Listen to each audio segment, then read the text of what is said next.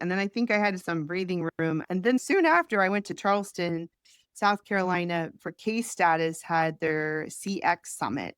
And it was their inaugural conference.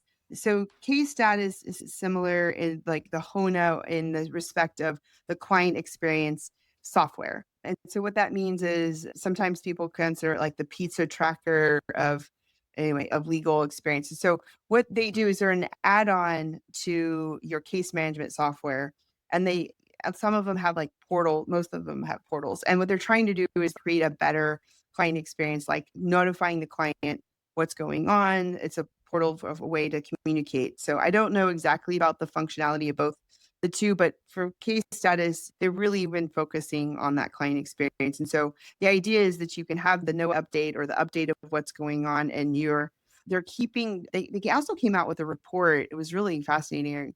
Like a lot of the law firms are not keeping track of how long it takes for them to respond to communication. We say how long we will take, but how long Yeah. do but most firms are not tracking how long they're actually taking. And then they also said, I think it was like 7% of firms actually do the net promoter score request where they actually say, on a scale of 1 to 10, how likely would you recommend us? But then a majority of Fortune like 500 or 100 companies do that. And the idea is that the happier the client is, the more likely they're going to recommend. And then that referral business it's awesome. It's gravy. And so the, that I enjoyed that conference because it was in a place I'd never been at a conference before. I Yeah. got to hang out with Bob Ambrogi as well, and so that was fun. He was there covering the conference, and then also just some really inspirational speeches, and I just really liked the vibe that Key Status had of just really caring about the client experience. And what's also interesting, I have it here. Oh, Andy Sievers, the CEO, wrote this book called Future Firm, Fossil Firm.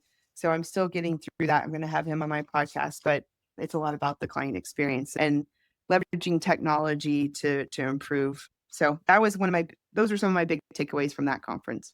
You know, that client response time is like my number one thing I worry about, and that's we make a big deal. My firm is so Really? small that I get CC'd on Yeah. everything, so I manually will save something. If the next day it doesn't have a response to it, and it always does, so I haven't had to, but I crack down heavily. But as you grow, it's not going to be possible for one person to keep, unless you have a case manager that does it. But it's super. I'm glad they have an importance to that because it really is the client experience. That the number one complaint people have about their lawyers is that they don't respond to them or they don't respond in time. That's like the biggest issue with bar complaints. All that and drug abuse issues for lawyers. The lack of response is something that's like a pet peeve of mine too. I hate it when I go to doctors, they'll take them forever to give the lab results, or they have you wait in the room and you're like waiting for 2 hours, someone to come in. That stuff annoys the worst out of me. Like I'm like my firm, we have to do that.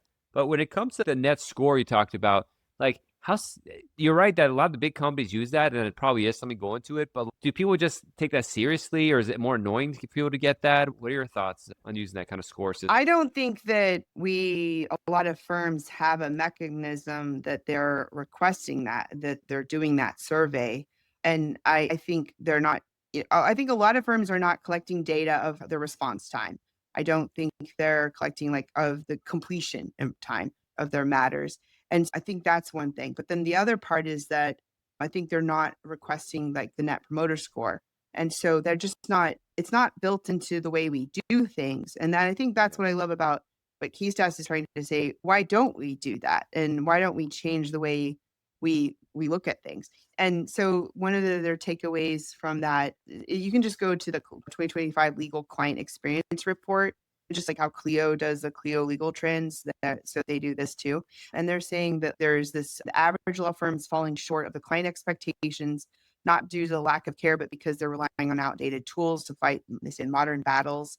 And that there's this perception gap between what attorneys say that their firm is caring, but the clients thinking that they're caring. And I think a combination of it is we're not keeping track of the certain data, but then I think clients don't know all the stuff we do behind the Yeah. scenes, and we're maybe doing a bad job communicating what we're doing. If we're quiet, they think we're not doing anything, but we Yeah. still could be doing stuff behind the Yeah. CR. Yeah.